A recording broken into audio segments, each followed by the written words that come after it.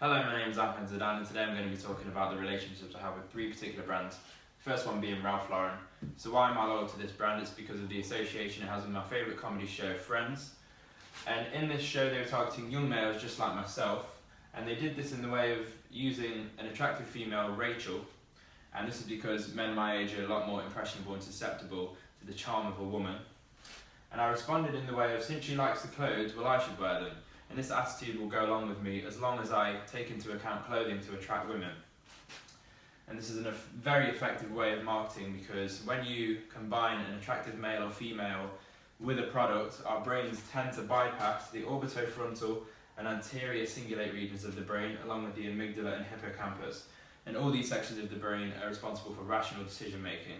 Another reason is because men are a lot more sexually driven, especially at my age. And also when I see a Ralph Lauren product, I associate it with happiness and laughter, because that's how I was feeling when I was watching the show. And the relation this has to theory is through Beatty's 2008 generating brand meanings theory. So it highlights my brand encounter, which was with the TV show Friends, and this generates the brand perception, which is obviously very positive because I was happy when I was watching the show. This confirms and modifies my brand association, which is again happiness and humour, and this then results in determining my brand meaning, which results in my choice and my purchase. My second choice of brand was Ginsters, and this is because a particular TV advert I remember watching, and in this they were also targeting young males, and they did this even very directly through a direct hashtag of Feed the Man. And they also did it in a way by displaying an experience with which most men my age have been through and can empathise with. And basically what happened was a ball from a football game came to this man's feet whilst he was with a female companion who he presumably wants to impress.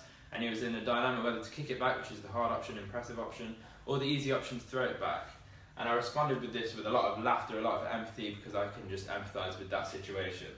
And this is a very effective way of marketing, because empathy is proven to be 3 times more effective than the stimulation of any other emotion.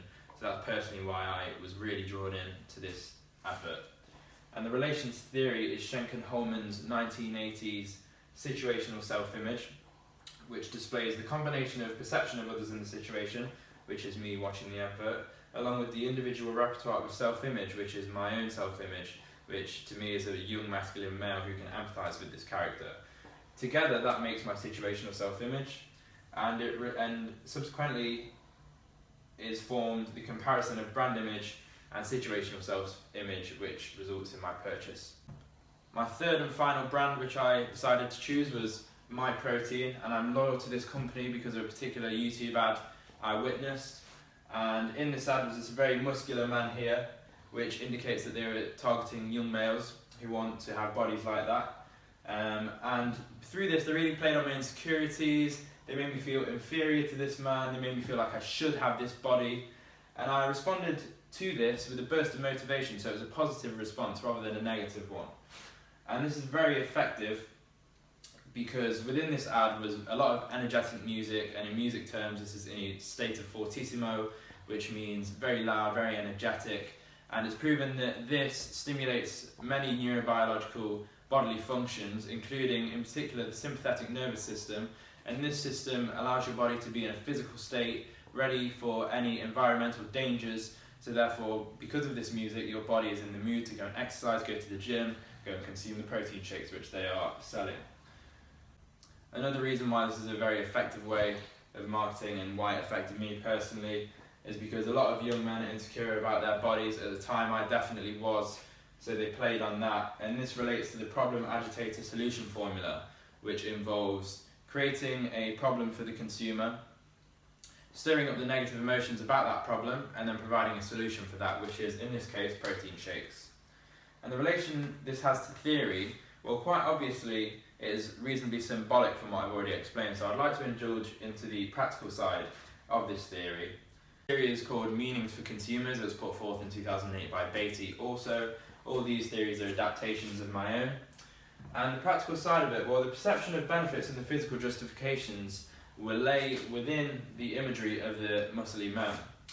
And the beliefs about value for money, well, this advert made me go onto the website and see if there were value for money, and it turned out to be £55 for 8 months worth of protein shakes, which isn't too bad at all. And this obviously resulted in a rational decision-making process because it was a good way to facilitate my new aim, which I had, and my new goal in my life, which was to get a good body, to become fit. So yeah, thank you very much.